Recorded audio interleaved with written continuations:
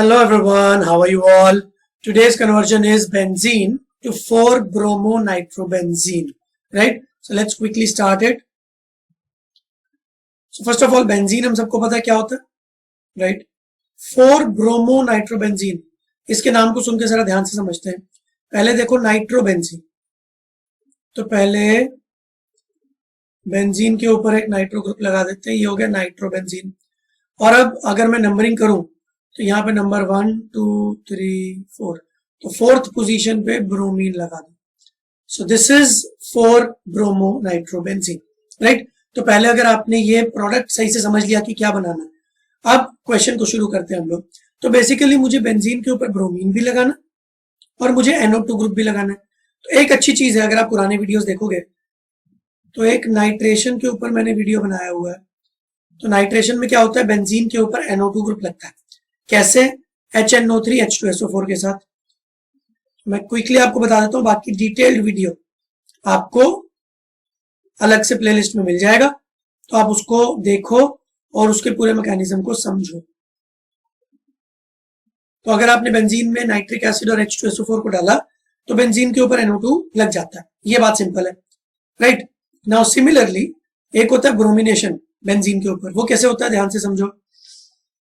अगर मैं बेंजीन की रिएक्शन ब्रोमीन और FeBr2 के साथ करवा देता हूं तो काफी हद तक फ्रीडल क्राफ्ट टाइप की रिएक्शन होती है और बेंजीन के ऊपर एक ब्रोमीन भी लग जाता है. अगर आप ब्रोमीन की जगह क्लोरीन लगाना चाहो तो क्लोरीन भी लग जाएगा. तो ये दो अलग रिएक्शन है, ठीक है? एक हो गई नाइट्रेशन और एक हो गई ब्रोमिनेशन. अब इन दोनों रिएक्शंस को मिक्स करना है मुझे, क्योंकि ये जो हमें क्वेश्चन पूछा गया इसमें ब्रोमीन भी लगाना है और नाइट्रो भी लगाना है. तो अब जब दो लोगों को लगाना है तो सवाल ये कि पहले कौन सा लगाएं. हमको दोनों चीजें लगाने आती है. अगर मैं पहले नाइट्रिक एसिड डाल दूंगा सल्फ्यूरिक एसिड के साथ तो नाइट्रो ग्रुप लग जाएगा.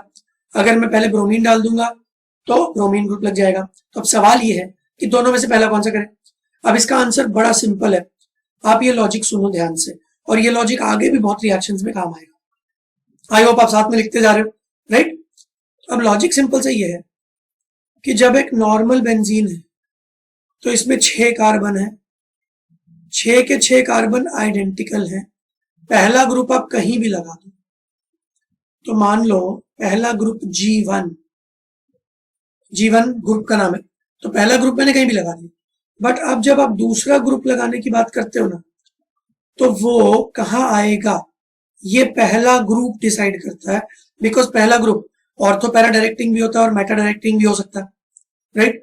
तो अब अगर आपको ये देखना पड़ेगा कि आपको दूसरा ग्रुप अगर इस जगह लगाना है तो ये पहला ग्रुप मेटा डायरेक्टिंग होना चाहिए, बिकॉज ये ऑर्थो मेटा पैरा.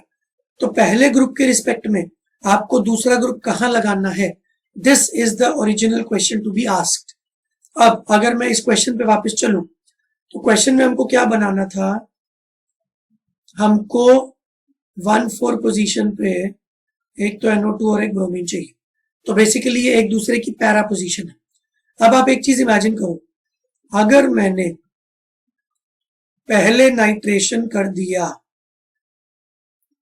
पहले नाइट्रो ग्रुप लगा दिया और फिर मैंने ब्रोमीन डाला, तो ये प्रोडक्ट नहीं मिलेगा. मुझे पता क्या मिल जाएगा, मुझे नाइट्रो के मेटा पोजीशन पे ब्रोमीन आता हुआ दिख जाएगा.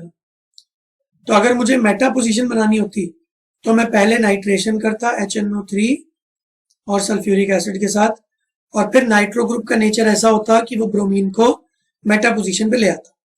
बट यहाँ पे तो मुझे मेटा नहीं चाहिए, मुझे पैरा चाहिए. तो मैं उल्टा करूंगा.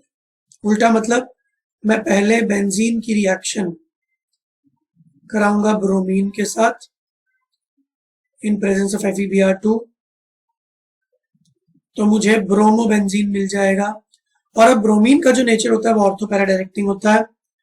अब अगर मैंने HNO3 और H2SO4 बेसिकली नाइट्रेशन किया तो यहां पे ब्रोमीन के साथ इसके पैरा पोजीशन पे NO2 आ जाएगा, राइट? तो जब भी किसी बेंजीन के ऊपर 2 या 2 से ज्यादा ग्रुप्स हो तो आपको हमेशा ध्यान रखना पड़ेगा कि पहले किसको लाएं और बाद में किसको लाएं.